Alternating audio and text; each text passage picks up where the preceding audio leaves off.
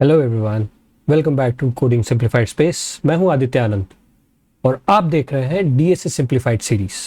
तो ये है हमारा एपिसोड 9। पिछले वीडियो में हमने समझा था टू डायमेंशनल एरे या फिर मल्टी डायमेंशनल एरे किस तरीके से हम लोग डिफाइन करते हैं, किस तरीके से उसको हम लोग एक्सेस करते हैं, उसके एलिमेंट्स को एक्सेस करते हैं, किस तरीके से वो मेमोरी लेआउट होता है उसका, और कैसे हम लोग उसको फंक्शंस में पास कराते हैं। तो अगर आपने नहीं देखा है प्लीज़ उसको जाकर देखो, आई बटन में मैं ऑब्वियसली लिंक डाल दूंगा। प्रैक्टिस करो क्वेश्चंस, असाइनमेंट क्वेश्चंस भी मैंने दिए हैं, and then come back to this video. अब इस वीडियो में हम लोग समझेंगे एक और derived data type, that is called strings. बहुत काम आता है ये, डीएसएस में बहुत सारे क्वेश्चंस आते हैं। तो चलिए शुरू करते हैं। तो स्ट्रिंग्स क्या होता है? स्ट्रिंग्स जो है वो एक सीक्वेंस ऑफ कैरेक्टर्स है जिसको कि हम लोग यूज करते हैं वर्ड्स को स्टोर करने के लिए और टेक्स्ट को स्टोर करने के लिए। जैसे मान लो यहाँ पर हम लोग एक कुछ भी लिखते हैं, जैसे हेलो वर्ल्ड। तो ये सारे क्या है? ये सारे हमारे कैरेक्टर्स हैं, करेक्ट? तो ये कैरेक्टर्स का कॉम्बिनेशन ही तो वर्ड होता है। अब इसको हम लोग डिक्लेयर या डिफाइन कैसे कर सकते हैं? तो उसके लिए हमें जो सिंटेक्स है हमारा वो हो जाएगा, पहले लिखना होगा हमें स्ट्रिंग। तो यहां पे लिखेंगे स्ट्रिंग, देन जो भी हमारा वेरिएबल का नाम होगा, लेट्स से str नेम, और यहां पर इक्वल्स टू। यहां ध्यान देने वाली बात यह है कि आपको यहां डबल कोट्स लेना होगा, ओके? और उसके अंदर हमारा जो भी वर्ड है वो लिखना होगा, कुछ भी, लेट्स से हेलो। ये तुम्हारा वर्ड हो गया, तो ये डबल कोट्स में है। और हम लोग जो कैरेक्टर हम लोग डिफाइन करते हैं या डिक्लेयर करते हैं वो कैसे करते हैं? Char ch equals to single quotes और जो भी चाहिए तुम्हें, D A B whatever. तो ये हम लोग डिफाइन किए कैरेक्टर, और ये है हमारा स्ट्रिंग जो डबल कोट्स में होता है। ये डिफरेंस है दोनों में। तो ये हम लोग समझ गए सिंटेक्स किस तरीके से होता है, इनिशियलाइजेशन कैसे होता है। अब क्विकली हम लोग चलते हैं वीएस कोड में, वहां पे हम लोग कोड करके देखते हैं इसको। यहाँ पे हम लोग एक स्ट्रिंग नाम का फाइल बना लेते हैं, string.cpp। अब इसके अंदर एज यूजुअल जो हमारा बॉयलर प्लेट कोड है जिसको बोलते हैं हैश इंक्लूड आईओ स्ट्रीम। ये जरूरी नहीं है कि हमें हमेशा हर एक कोड में जहां भी C++ लिख रहे हो वहां तुम्हें आईओ स्ट्रीम डालना है। वही डालना है तुम्हें जहां पे तुम्हें यूज हो उन सारे मेथड्स का जो इस लाइब्रेरी में है। क्या क्या है? सी आउट, सी इन, इस तरीके के जो भी इनपुट या आउटपुट से related. Using name space standard. अब हम लोग करते हैं इंट मेन रिटर्न 0। ये तो भाई हो गया हमारा। अब यहां एक स्ट्रिंग इनिशियलाइज करते हैं, किस तरीके से होगा हमारा? स्ट्रिंग, देन यहां पर नाम लिख दो str कुछ भी, ये दे देता हूं मैं कोडिंग सिंप्लीफाइड स्पेस। ये हो गया हमारा स्ट्रिंग। ये तो हमारा इनिशियलाइजेशन हो गया। इसको प्रिंट कैसे करेंगे? सिमिलर वे जैसे हम अदर डेटा टाइप्स कुछ भी प्रिंट करते हैं, इंटीजर प्रिंट करते हैं या जो भी प्रिंट करते हैं, करेक्ट? उसी तरीके से यहां पर सी आउट करो एंड देन str, और एंड एल देना है तो वो दे दो। अब इसको हम लोग रन करते हैं एक बार।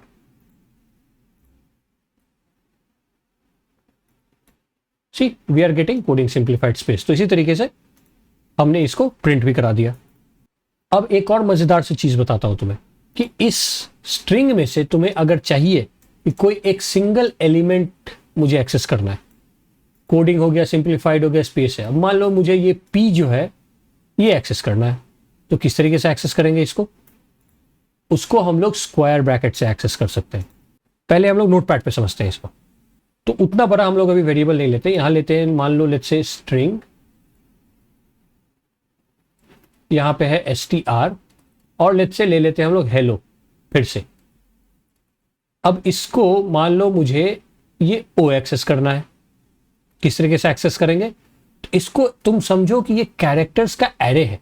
कैसे हम लोग एरे लिखते हैं? इस तरीके से लिखते हैं ना, जहां कैरेक्टर्स का एरे है, एच ई एल फिर एल ओ। ये हो गया हमारा कैरेक्टर्स का एरे, राइट? ये हो जाता है 0 1 2 3 4 इंडेक्स। इसी तरीके से इसको कैरेक्टर्स का एरे समझो और इंडेक्सिंग कर दो, 0 1 2 3 4। तो हमें चाहिए ओ है फोर्थ इंडेक्स पे, तो क्या करेंगे हम लोग? str again square bracket of 4, this will give you O. यहां ओ आ गया। अब चलो हम लोग वीएस कोड में चलते हैं। तो इसमें से मान लो मुझे कुछ भी एक ये चाहिए, ये कितना है? 0 1 2 3 4 5, स्पेसेस भी एक कैरेक्टर ले रहा है तो उसको भी काउंट करना है। 5 6 7 8 9 10 11th पे एल है, तो ये तो हमारा ये हो गया सी आउट STR ऑफ 11।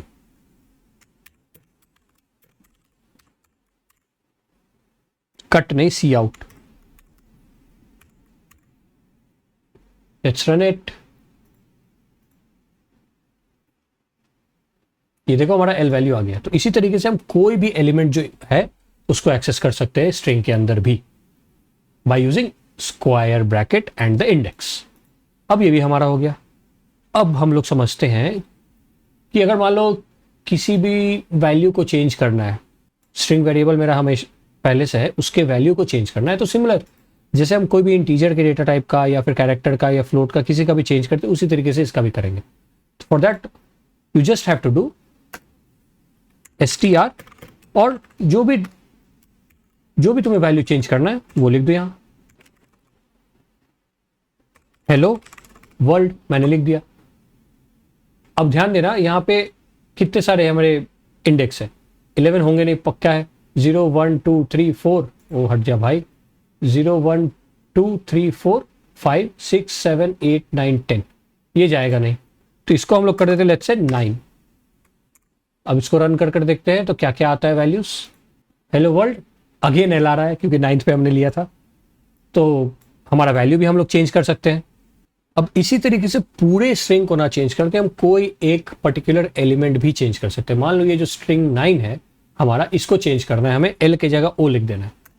तो यहां हम लोग क्या करेंगे, STR ऑफ 9 इक्वल्स टू करेंगे ओ। लेकिन यहां ध्यान देने वाली बात है कि हम लोग डबल कोट्स लेंगे या सिंगल कोट्स। यहां हम लोग लेंगे सिंगल कोट्स क्योंकि एक कैरेक्टर हम लोग उसमें इनपुट करें, ना कि पूरा स्ट्रिंग। That's it. अब एक बार फिर से इसको प्रिंट करा देते हैं। Let's run it again. ठीक, पहले हमारा एल था, अब चेंज होके हो गया ओ। और अगर इस पूरे स्ट्रिंग को फिर से प्रिंट करा दें, सी हेलो वर्ल्ड, मतलब हमारा एलिमेंट चेंज हो गया है। तो इस तरीके से कोई particular element of that string भी हम लोग चेंज कर सकते हैं। और सबसे ध्यान देने वाली बात, जब हम लोग यूज कर रहे हैं सिंगल एलिमेंट का तो इट्स अ सिंगल कोट। अब मान लो हमें इसको फंक्शन में पास कराना है, किस तरीके से कराएंगे, सिमिलर वे जैसे हम लोग इंट फ्लोट कुछ भी कराते हैं, एकदम सेम है। अब यहां पे मैं वाइड प्रिंट करा के एक स्ट्रिंग ले लेता हूं s, और इसमें मैं प्रिंट करा देता हूं, यहां से ही उठा लेते हैं हम लोग।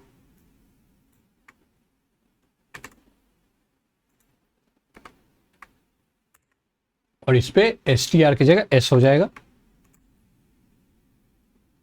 और यहां क्या करेंगे,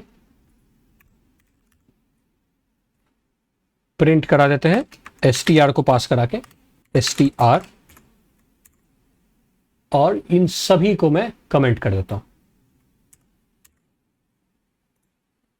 तो क्या किया हमने, ये रहा हमारा str हेलो वर्ल्ड, ये यहां पे हमने प्रिंट में पास करा दिया फंक्शन में।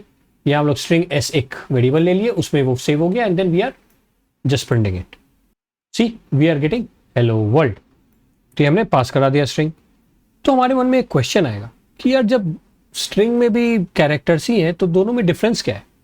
कैरेक्टर डायरेक्ट ले सकते हैं हम लोग इंस्टेड ऑफ स्ट्रिंग, तो डिफरेंस है, उसको हम लोग समझते हैं। तो यहां पे लिखते हैं स्ट्रिंग, और यहां लिखते हैं कैरेक्टर एरे। दोनों में डिफरेंसेस क्या है पहले देखते हैं। स्ट्रिंग जैसा मैंने बोला ये डिराइव्ड है, डिराइव्ड डेटा टाइप, इसका मतलब ये किसी और डेटा टाइप को लेकर उसको मॉडिफाई करके बनाया गया है। ये हमारा प्रिमिटिव है, प्रिमिटिव डेटा टाइप। अब क्योंकि ये डिराइव्ड है, स्ट्रिंग जो है वो एक क्लास है, उसके अंदर बहुत सारे फंक्शंस हैं। जैसे मान लो स्वैप फंक्शन है हमारे पास प्री डिफाइंड, जिसको हम लोग कॉल कर सकते हैं डायरेक्टली। साइज है, फिर मान लो कंपेयर है, फिर रिप्लेस है, ऐसे बहुत सारे हैं। फिर एक str कंपेयर है, और भी ढेरों मेथड्स हैं जो हम लोग यूज कर सकते हैं डायरेक्टली। फिर एक हमारा इंपॉर्टेंट सब स्ट्रिंग है कि मान लो मुझे एक पूरा स्ट्रिंग जो दिया है उसमें से एक सब स्ट्रिंग चाहिए, 3 या 4 लेटर्स का या पांच कैरेक्टर्स का कॉम्बिनेशन का हमें एक सब स्ट्रिंग चाहिए, वो है। लेकिन इस कैरेक्टर एरे के पास कोई ऐसा मेथड नहीं है, तुम्हें खुद बनाना होगा, खुद यूज करना होगा, क्योंकि ये प्रिमिटिव डेटा टाइप है ना, इसके पास क्या क्लास है, कुछ नहीं है। और एक बात ध्यान देने वाली है कि इसमें जो मेमोरी है ना, मेमोरी इज एलोकेटेड डायनामिकली, मतलब जैसे जैसे हम वैल्यू को बढ़ाते जाएंगे वैसे वैसे इसका साइज भी बढ़ते जाएगा, मेमोरी एलोकेशन बढ़ते जाएगा। लेकिन इसमें क्या है कि इसमें हम लोग, भाई तुम्हें पहले से डिफाइन करना होगा कि कितना है। जैसे मान लो मैं कैर एरे लेता हूं, तो यहां पे बता दो कि 10 है। अगर नहीं भी बताए तो तुम ये करते हो ना, कैर यहाँ पे सी एच एरे है, इस तरीके से छोड़ा, लेकिन यहाँ पे तुमने वैल्यूज को लिख दिया, राइट। उसके बाद फिर तुम उस कैरेक्टर एरे को बढ़ा नहीं सकते हो वैल्यू। मान लो 10 का तुमने यहाँ पे कैरेक्टर दे दिया, लेकिन उसको फिर बाद में सोचो कि मैं 11 कर देता, तो वैसा नहीं हो सकता है। लेकिन स्ट्रिंग में तुम कर सकते हो, राइट, हमने सीखा अभी। तो वो भी पॉसिबल है, क्योंकि ये डायनेमिकली एलोकेट होता है मेमोरी, बट यहां स्टैटिकली होता है, स्टैटिकली एलोकेटेड मेमोरी। ये था हमारा बेसिक्स स्ट्रिंग का, किस तरीके से हम डिफाइन करते हैं, क्या होता है। जैसे जैसे हम लोग क्वेश्चन सॉल्व करेंगे वैसे वैसे कुछ और मेथड्स के बारे में समझेंगे, क्या होता है, किस तरीके से हम क्या कौन सा मेथड यूज कर सकते हैं, कॉनकैटिनेशन क्या होता है स्ट्रिंग का, वो सारी चीजें हम लोग जैसे जैसे क्वेश्चन सॉल्व करेंगे सीखते चले जाएंगे।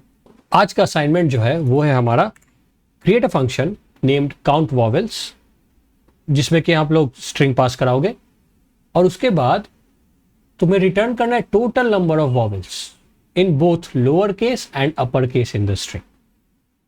तो समझ लो कि मैंने एक वर्ड पास कराया, कुछ भी, लेट्स से एलिफेंट, ELEPHANT। यहां देखो मैंने मिक्स्ड किया है, राइट, अपर केस भी है लोअर केस भी है। अब इसमें से तुम्हें ये पास हो गया तुम्हारा इस काउंट वॉवेल में। अब तुम्हें निकालना है कि कितने सारे वॉवेल्स हैं। तो हमने सीखा कि किस तरीके से हम कोई भी एलिमेंट को उठा सकते हैं, करेक्ट, स्ट्रिंग में से। और तुम्हें अगर इस पूरे एलिमेंट से जाना है तो you know what to do, right, for loop लगाना है।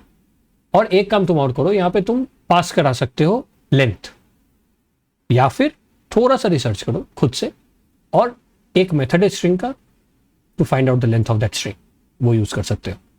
आई होप आपको ये वीडियो समझ में आया होगा, स्ट्रिंग्स का बेसिक कॉन्सेप्ट समझ में आया होगा, इस तरीके से हम यूज करते हैं। अगर कोई डाउट हो, कोई भी दिक्कत हो, प्लीज कमेंट करें।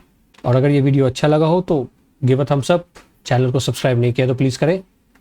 मिलते हैं अगले वीडियो में, एंड ऑल गुड।